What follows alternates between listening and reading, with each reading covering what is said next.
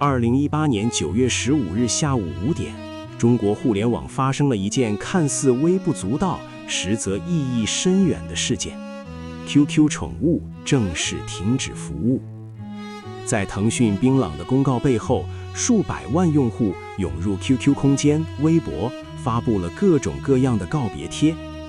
以前嫌他烦，现在他真的要走了。还没看着他结婚，钻戒都准备好久了。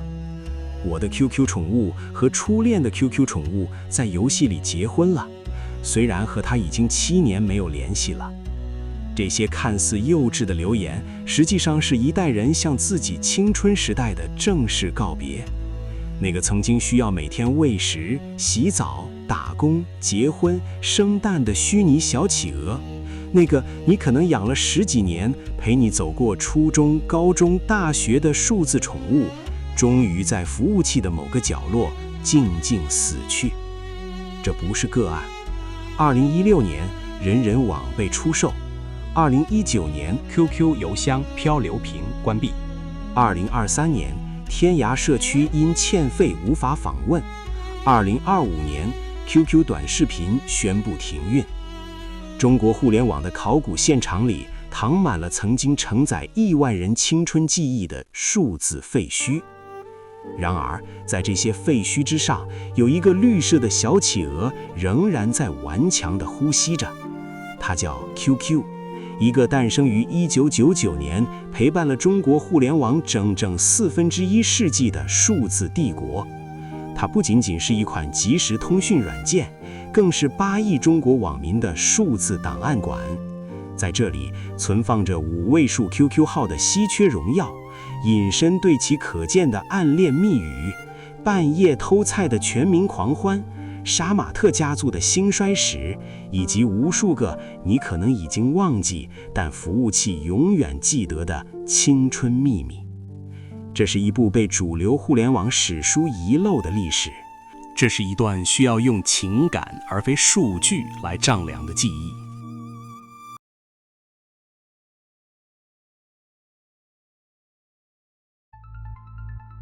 凌晨2点，烟雾弥漫，一排排发黄的 CRT 显示器闪烁着微弱的光。10几个少年坐在硬质塑料椅上，盯着屏幕右下角。一只戴着红围巾的绿色企鹅图标突然跳了一下，发出滴滴滴的提示音。我操，它上线了！那是 QQ 刚刚诞生的第2年。在那个移动互联网还是科幻概念，大多数人家里连电脑都没有的年代，网吧是中国年轻人接触互联网的唯一窗口。而在这个窗口里，有一个致命的问题困扰着所有使用即时通讯软件的人。每次换一台电脑，好友列表就全没了。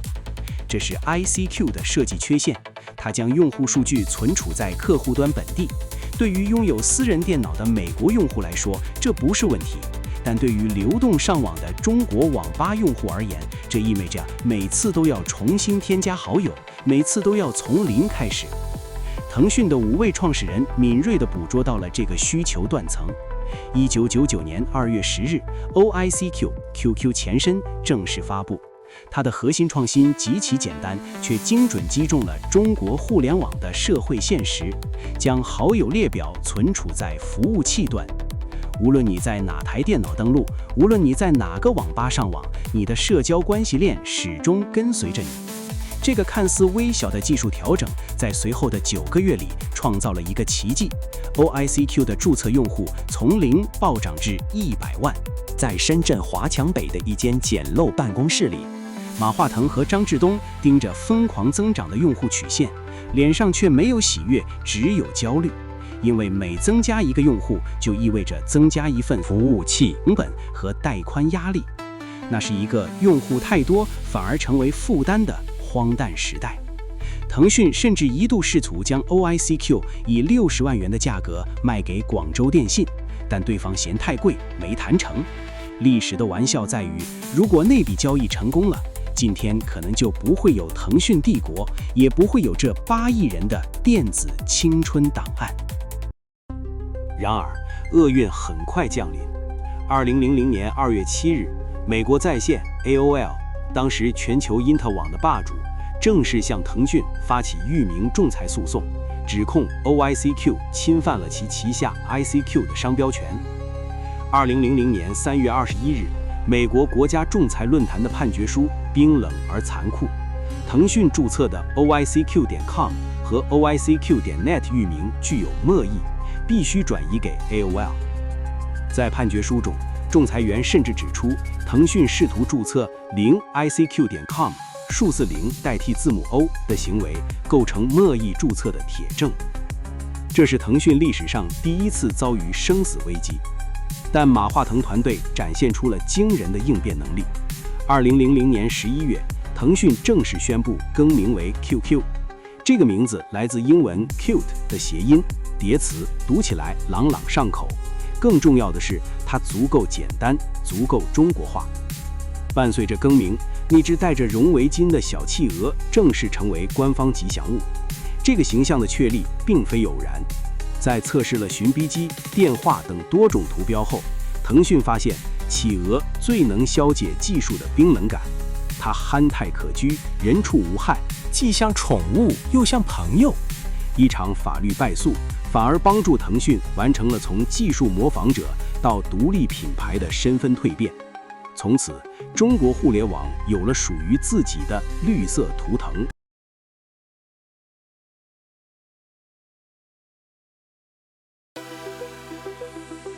如果说服务器短存储解决了 QQ 的生存问题，那么 QQ 秀则解决了它的盈利问题。而这个拯救腾讯的产品灵感，竟然来自一次偶然的韩国商务考察。2002年，腾讯产品经理许良在首尔看到一个叫 C Club 的网站，这个网站销售虚拟形象装扮服务，用户可以为自己的 avatar 虚拟化身购买衣服、发型、背景。许良敏锐地意识到，这不就是 QQ 需要的商业模式吗？他回国后连夜撰写了一份65页的 PPT， 包含市场策略、财务预测、人力计划。马化腾看完后立即拍板干。2003年1月24日 ，QQ 秀上线试运营，半年后数据震惊了所有人，500万用户付费，平均每人花费5元。这个看似简单的虚拟装扮功能，为腾讯带来了真金白银的现金流。马化腾本人也成为第一批用户，他给自己的虚拟形象穿上长发、墨镜、紧身牛仔裤，看起来像个摇滚明星。一位腾讯内部员工后来回忆 ，Pony 马化腾英文名对 QQ 秀的热情超乎想象，他真的相信虚拟世界里的身份表达是人类的刚需。事实证明他是对的。QQ 秀不仅拯救了腾讯的财务危机，更开创了一种全新的商业模式——虚拟特权经济。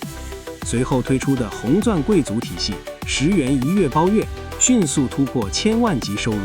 此后衍生的黄钻 QQ 间、绿钻 QQ 音乐、粉钻 QQ 宠物、蓝钻 QQ 游戏，构建起一个完整的付费会员帝国。有评论称，没有 QQ 秀，腾讯可能死在2003年。这句话毫不夸张。QQ 秀证明了一个被全球互联网公司忽视的真理：在虚拟世界中，人类同样需要尊严，需要身份识别，需要通过外在符号来建立社交货币。当现实世界无法给予年轻人这些东西时，他们会在数字世界中拼命寻找。如果说 QQ 秀满足了展示的需求，那么 QQ 等级系统则满足了竞争的本能。2003年，腾讯推出了 QQ 等级功能，这一功能将用户的在线时长直接量化为可见的社会资本，每在线2小时即为1天，累积一定天数后，等级图标会发生变化。4个星星等于1个月亮，4个月亮等于1个太阳，16级；4个太阳等于1个皇冠，64级。太阳等级成为早期用户的核心追求，因为只有达到太阳，才能创建 QQ 群、自定义头像。这种将核心功能权限与在线时长挂钩的设计，极大地刺激了用户的在线意愿。于是，一个奇特的现象诞生了：挂机文化。无数用户养成了24小时挂机的习惯，即使不使用电脑，也要让 QQ 保持在线。这甚至催生了灰色的代挂产业链。网吧和个人提供专门的伺服器，帮助用户24小时挂机升级，收费从每月5元到20元不等。这种行为引发了关于电力浪费的社会争议。有环保人士估算，如果1000万台电脑为了 QQ 升级空转，每年浪费的电力相当于一座小型水电站的发电量。2005年，腾讯被迫调整规则，将单纯的小时累积改为活跃天式制，每天在线满2小时即算1个活跃天，多挂无用，并引入了加速卡等与增值服务挂钩的升级方式。这一改动既缓解了能源浪费指责，又进一步促进了会员销售。22年后，全球首位 QQ 256级用户艾芥末诞生，成为拥有时光企鹅等级图标的第一人。更令人惊叹的是，他的账号继承自父亲，于2000年注册。一 Q 传3代，人死 Q 还在，网友的调侃成为现实。这个5位数 QQ 号真正实现了数字遗产的代际传承。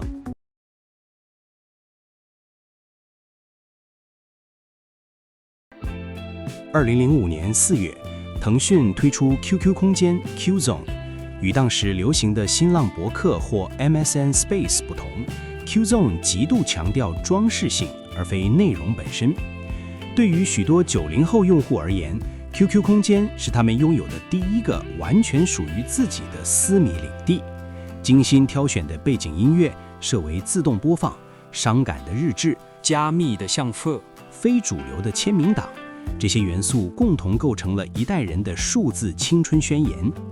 踩 QQ 空间成为一种社交礼仪，好友之间通过互相访问增加人气值，在留言板上留下踩踩、回踩等简短问候。这种看似无意义的互动，实际上是弱关系维护的重要手段。它告诉对方，我记得你，我关心你。普通用户的 Qzone 选项有限，而黄钻用户则拥有几乎无限的装修权限。这种装修文化与当时的博客文化形成鲜明对比。博客重在内容 content， Qzone 重在氛围 vibe 和展示 display。一位名叫叶宇的用户回忆，2007年我14岁，为了装修 QQ 空间，把零花钱全部花在黄钻上。我设计了一个哥特风的 QQ 空间，黑色背景，血红色字体，自动播放 Linkin Park 的 Gnome。 每天放学第一件事就是刷新空间，看看有多少人来踩，有没有人在留言板留言。那个时候觉得拥有一个漂亮的空间就是拥有了全世界。这种对装饰的执着，反映了学生们对自我身份表达的强烈渴望。在现实生活中，他们的房间可能是父母设计的，学校的课桌千篇一律，连穿的校服都一模一样。但在 QQ 空间里，他们终于可以按照自己的审美来构建属于自己的世界。2009年 QQ 农场上线，这款看似简单的社交游戏，在接下来的1年里彻底改变了中国人的作息习惯。游戏规则极其简单，种植虚拟作物，等待成熟后收获，同时可以偷取好友成熟的果实。听起来毫无技术含量，但它精准地利用了人类的3种心理：占有欲、种菜、窥探欲、看好友在干什么、竞争欲、偷菜。数据令人震惊。第3季度末，QQ 空间活跃按户按季增长33.7%，达到3.053亿，巅峰期月收入约5000万元，3个月毛利1.04亿元。腾讯紧急采购大量伺服器，应对流量洪峰。半夜偷菜成为社会现象，无数用户设置凌晨闹钟，在深夜2、3点爬起来收菜，防止被好友偷走。广州2位公务员因沉迷偷菜耽误工作被辞退，成为新闻头条。这场全民狂欢背后是一次意外的社会学实验。QQ 农场证明了，当虚拟世界的规则足够简单，反馈足够及时，社交关系链足够强时，人类可以为了完全没有实际价值的虚拟收益，改变自己在现实世界中的行为模式。至今仍有忠实玩家， 2023年，一位55岁的陈阿姨接受采访时说：“我连续玩了14年 QQ 农场，拥有402集、377集、294集3个账号。我已经种出了干炒牛河、鱼香肉丝、宫保鸡丁，这些菜已经成为我生活的一部分。”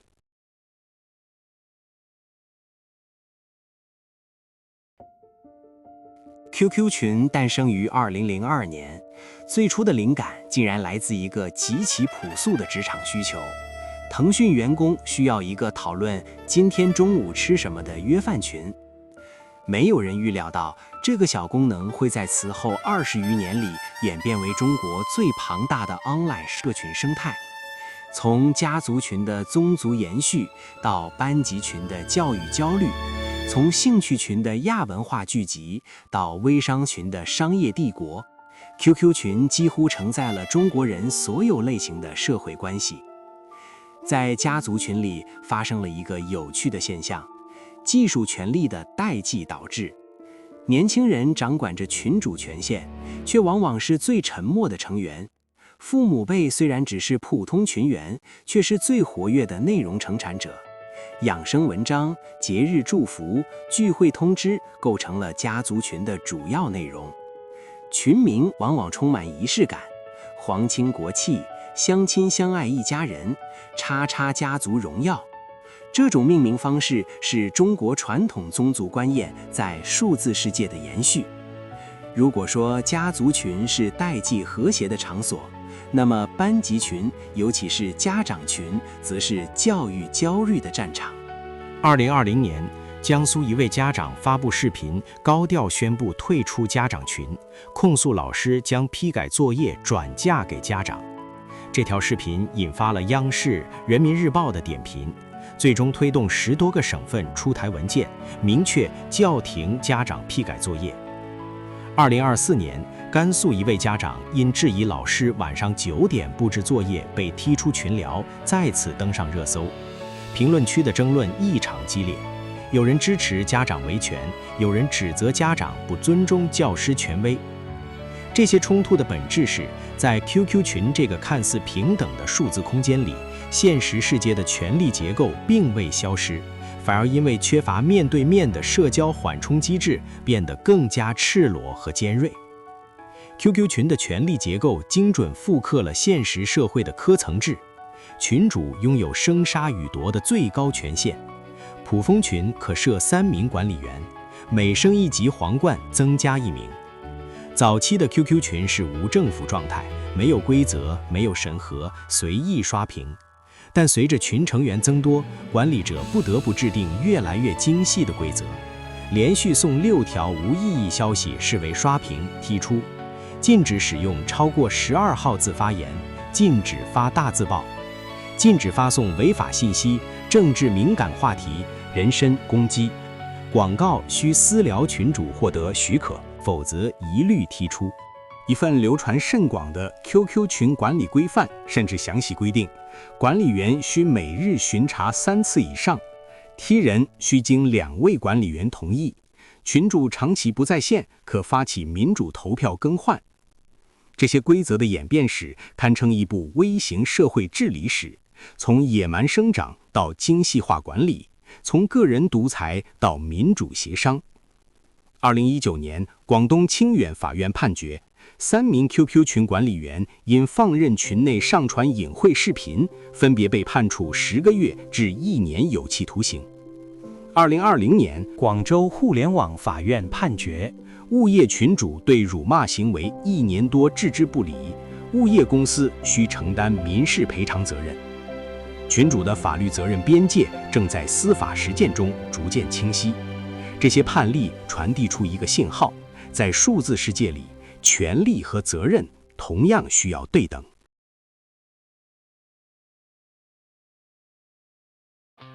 小学5年级的罗福星在村里的网吧第一次接触到了网络游戏。屏幕上的角色穿着夸张的服装，留着5颜6色的爆炸头，带着闪闪发光的饰品，那是视觉系的造型美学。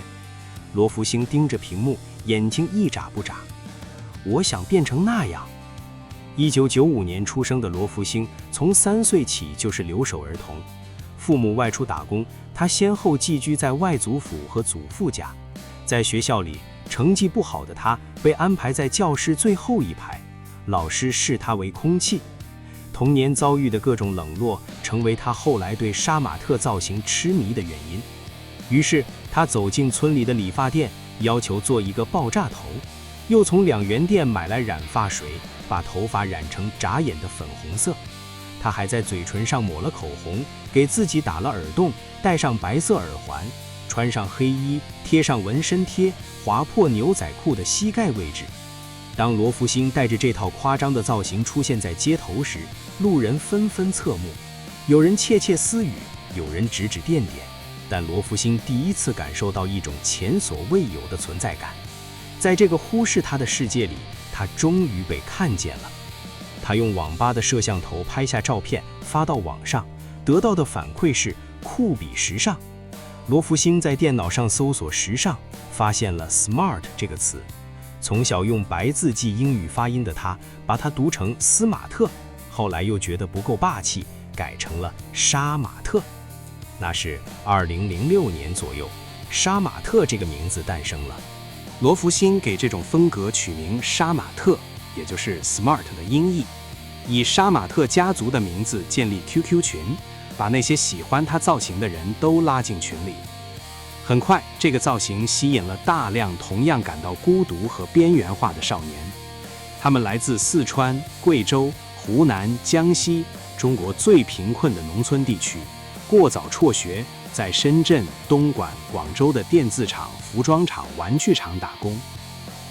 初一上学期，罗福星辍学，去深圳的工厂断断续续打工，但他的 QQ 群帝国持续扩张，藏爱家族、残血家族、嗜血家族。巅峰时期，他掌管20多个 QQ 群，至少20万人处于有效管理中。准入制度极其严格，新人必须通过审核人员对其 QQ 空间和发型的检查，发型必须符合反重力标准，至少5个以上尖刺。入群后需按杀马特那小 X 格式修改昵称。群内等级森严，组长、副组长、管理员、精英、普通成员。在主流社会眼中，杀马特是脑残、低俗、神丑的代名词。2010年，国家反三俗运动中，杀马特被定义为低俗、庸俗、媚俗。2013年，一场名为反杀运动的网络围剿开始，反杀组织成员潜入杀马特 QQ 群，骗取管理员身份后，一夜之间解散所有成员，摧毁整个家族架构。各大平台纷纷封禁杀马特相关内容，百度贴吧删除杀马特吧， QQ 空间限制杀马特关键词搜索。罗福星和他的追随者们被赶出了互联网的主流空间。2017年，纪录片导演李一凡开始拍摄《杀马特我爱你》。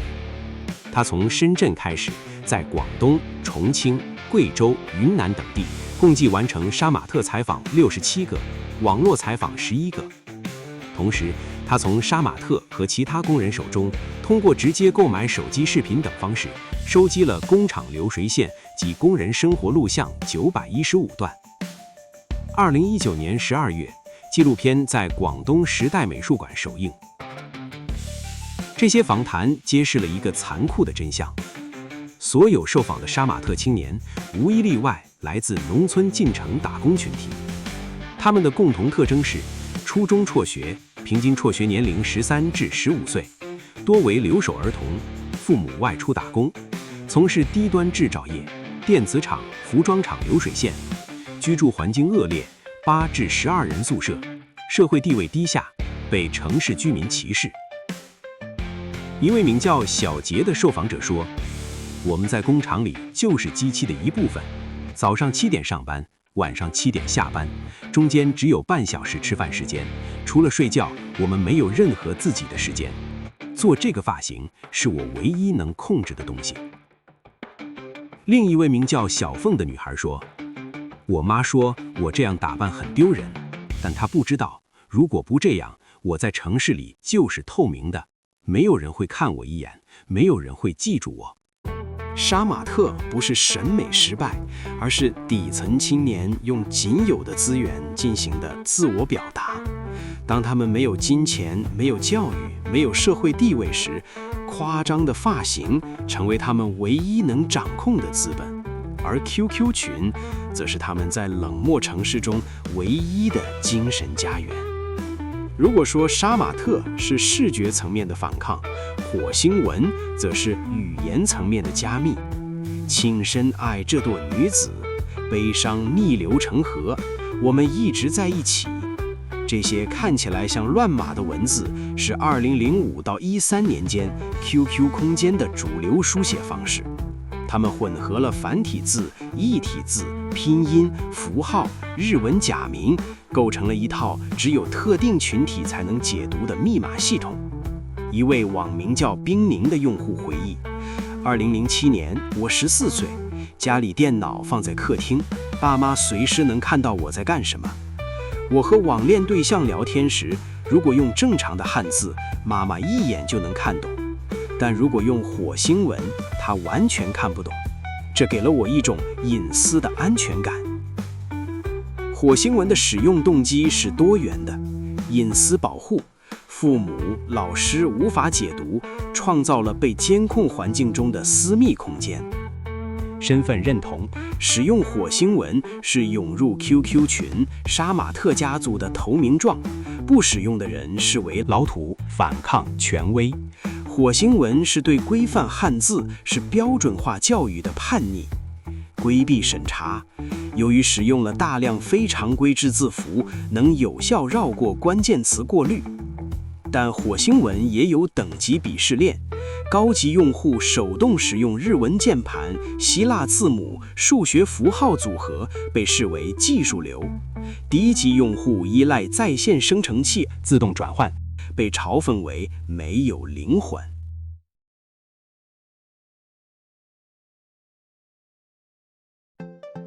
2003年 QQ 2003版推出第一套系统表情经典小黄脸，这些表情出自一位已离职的传奇设计师灰灰菜之手，其中呲牙表情成为整整一代80后的情感密码。2014年 QQ 全年表情发送量超过533亿次，8亿多用户中超过90%在聊天时使用过表情。这些简单的图形符号承载了远超文字的情感密度。然而，一场关于表情理解的代际战争正在悄然发生。QQ 的微笑表情在设计时的本意是表达愉悦，但在年轻一代眼中，它变成了冷漠、敷衍，甚至阴阳怪气的象征。知乎用户暗涌的一段解读获得近1.5万赞。这个表情眼轮匝肌无收缩，伴随视线向下转移，表明不光是假笑，而且映射负面心态。当长辈发这个表情时，他们以为在表达友好；当我们收到这个表情时，感受到的是冷漠和敷衍。2019年，一名客服因在与客户沟通时使用微笑表情，被投诉为态度恶劣。公司调查后发现，客服以为这是礼貌的微笑，客户却理解为讽刺和不耐烦。数据显示，不同年龄段用户的表情偏好呈现显著差异。00后最爱捂脸，90后最爱哭笑不得，80后最爱呲牙，70后最爱偷笑，55岁以上最爱强。表情偏好已成为代际身份的隐形标签。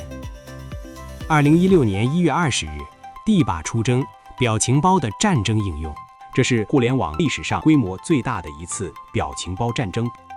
起因是台湾艺人周子瑜被迫道歉事件，愤怒的大陆网友决定发起一场文化交流。百度礼仪吧、帝吧2000多万用户组织了针对台湾艺人脸书的表情包轰炸，组织架构之精密，令人叹为观止。情报组搜集目标账号，制定攻击时间表；宣传组在各大平台发布动员令；制图组批量生产表情包；翻译组将表情包翻译成繁体中文；举报组对反击内容进行举报；机动组应对突发情况。表情包被细分为10余类：大陆美景美食、方言、黄字套、社会主义正能量、金馆长、姚明脸、兵沪北、花泽香菜。晚上7点，战斗打响。数小时内，蔡英文、周子瑜等人的脸书涌入海量留言，几乎全是表情包。台湾网友试图反击，但在数量和组织度上完全不是对手。最终，多个台湾艺人被迫关闭脸书评论功能。这场战争被媒体称为文化输出的新形态。金馆长、姚明脸、兵库北被封为斗图3巨头，成为中国互联网的文化符号。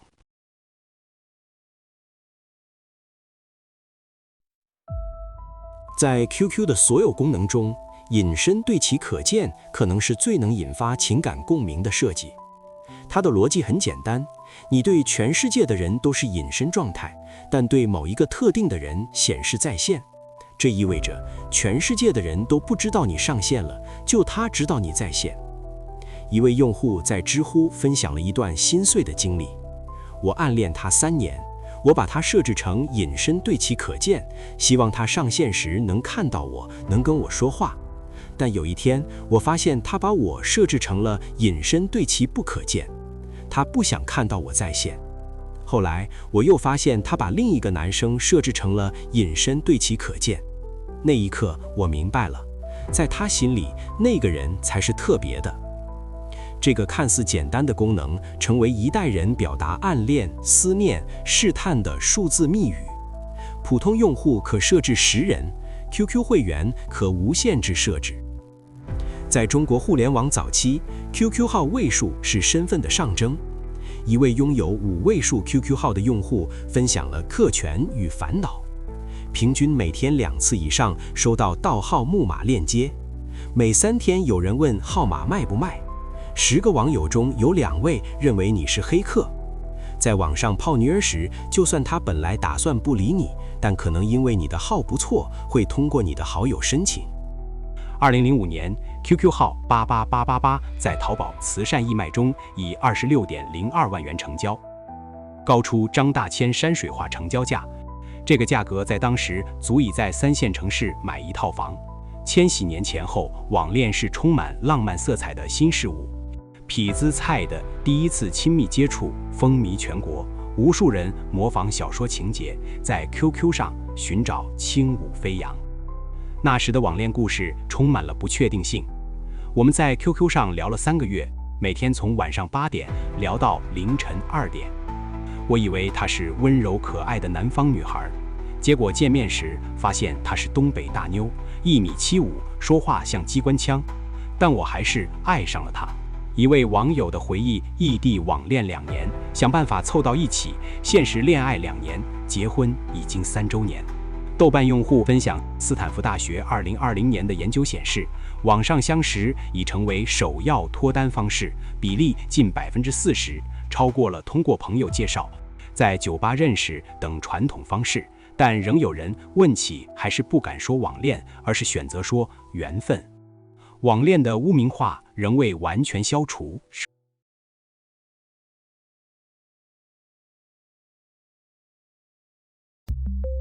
新冠疫情导致史无前例的全国停课，教育部提出停课不停学，一夜之间，所有老师和学生都被迫转向线上教学。钉钉、腾讯会议、学习通等平台纷纷宣布免费开放，但最终胜出的却是 QQ。深圳市的调查数据，5103份问卷显示，腾讯课堂使用占比76.3%，远超钉钉的7.7%。原因很简单 ，QQ 的用户基础太庞大了，无论是老师、学生还是家长，都已经有 QQ 账号，无需额外下载、注册学习新软件。但 QQ 群课堂也暴露出诸多问题：技术问题，几百人同时在线时偶有卡顿，需要全员关麦才能提高流畅度；纪律问题，学生在家上网课缺乏约束，躺被窝、抱宠物上课成为普遍现象；尴尬时刻，无数学生因为忘关麦而社死，吃饭声、打游戏声和父母吵架声被全班同学听到。一位高中生在知乎分享，最尴尬的一次，我以为自己关了麦，结果一直没关。我妈在外面骂了我10分钟，全班同学和老师都听到了。下课后，班级群炸了，全是哈哈哈哈哈。43.32%的中小学生认为，疫情期间学习效果较在校学习差。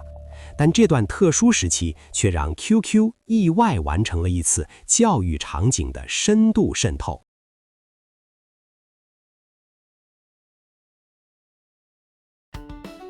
QQ 在2016年达到8.7亿月活的历史巅峰后，开始持续下滑。2024年 Q4 月活降至5.24亿，全年同比下滑5%，与微信13.85亿月活的差距进一步拉大。衰退的原因显而易见，微信占据了成年人的社交时间，年轻人的注意力则被抖音、B 站、小红书瓜分。QQ 仿佛被夹在2代人之间，进退维谷。但腾讯并未放弃 QQ， 相反，它制定了明确的差异化战略。QQ 聚焦年轻人，主打兴趣社交、娱乐、个性表达；微信则专注于熟人社交、工作沟通。数据证明这一策略的有效性。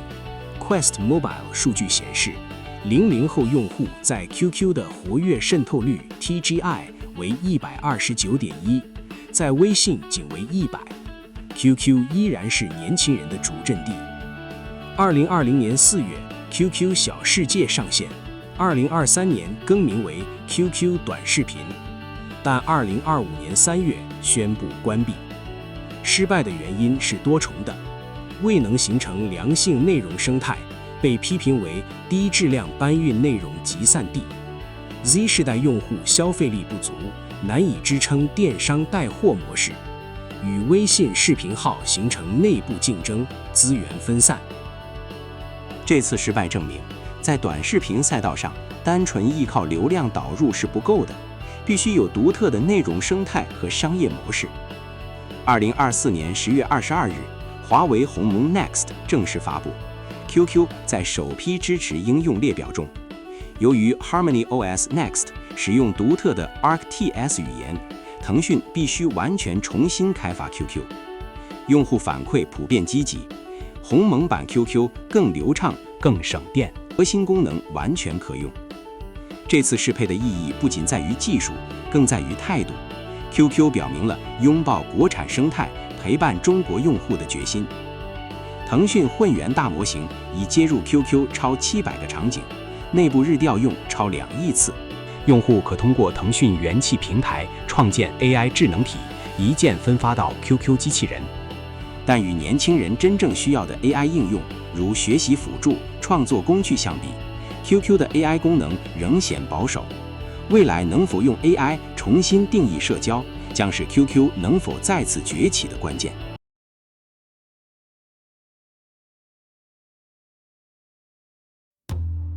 2023年9月，深秋的某个夜晚，一位名叫夜雨的网友打开了尘封多年的 QQ 空间。页面加载很慢，背景音乐自动播放是 Linkin Park 的 Numb。那首他14岁时设置是2007年的非主流自拍，45度角仰拍，黑白滤镜，火星文签名，请深爱这朵叶子。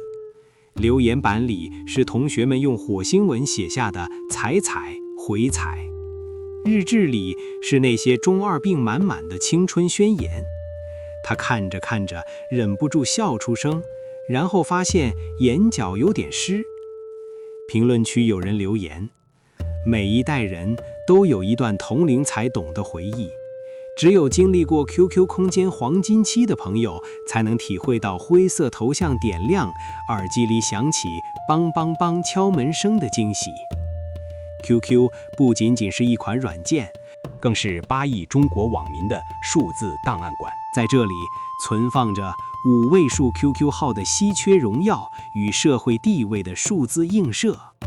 隐森对其可见的暗恋密语与情感试探，半夜偷菜的全民狂欢与虚拟经济的社会实验，杀马特家族的兴衰史与底层青年的自我表达，火星文的代际战争与反抗权威的语言加密，班级群的教育焦虑与家校关系的数字战场，表情包的文化输出与代际理解的鸿沟，疫情网课的意外转型与教育数字化的阵痛。这些数字碎片连接着我们与过去的自己，也连接着我们与那些曾一起走过青春的人。他们不会随时间消失，而是静静地躺在服务器里，等待某一天被重新唤醒。历史的吊诡之处在于，当我们嘲笑杀马特的土味时，忘记了那是20万底层青年在冷漠城市中唯一的尊严；当我们批评火星文破坏汉语时，忘记了那是一代人在被监控环境中争取隐私的反抗；当我们抱怨 QQ 老了过时了时，忘记了它陪伴我们走过的那些无法复制的青春岁月。2025年 QQ 已经26岁，比许多用户的年龄都大。它的月活在下滑，它的功能在被其他平台模仿和超越，它或许正在成为时代的眼泪。但在某个深夜，当你打开那个尘封的 QQ 空间，看到当年稚嫩的文字、夸张的非主流照片、火星文的个性签名，你会突然意识到，青春不会消失，它只是被压缩成一串串0和1，储存在某个遥远的服务器里。那些灰色的头像代表着那些渐行渐远的朋友，那些未读的消息代表着那些没能说出口的话，那些被删除的照片代表着那些想要忘记却忘不掉的记忆。QQ 的意义从来不在于它有多少月活、多少收入、多少市值，它的意义在于它见证了一代人从少年到青年，从青年到中年的全部数字生活。它是我们的数字青春，我们的第二人生，我们与这个时代最深刻的羁绊。当我们回望这段历史时，或许应该说一句：谢谢你 QQ， 谢谢你记住了我们曾经是谁。滴滴滴，那是一个时代的声音。时光的档案馆，密码是首老歌的弦。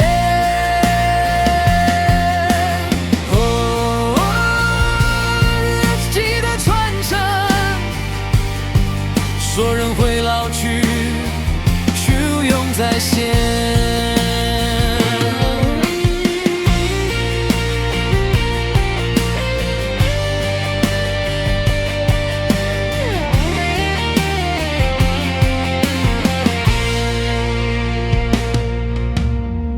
漂流瓶沉入海角天涯，停服的宠物不再说话，但那只企鹅仍跳动着啊，在废墟之上替青春回答。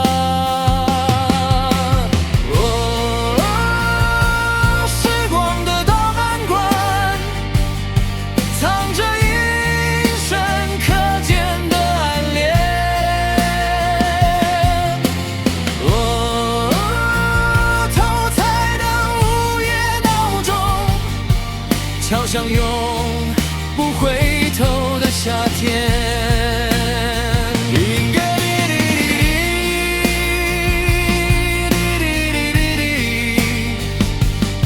谁在应声，谁在可见？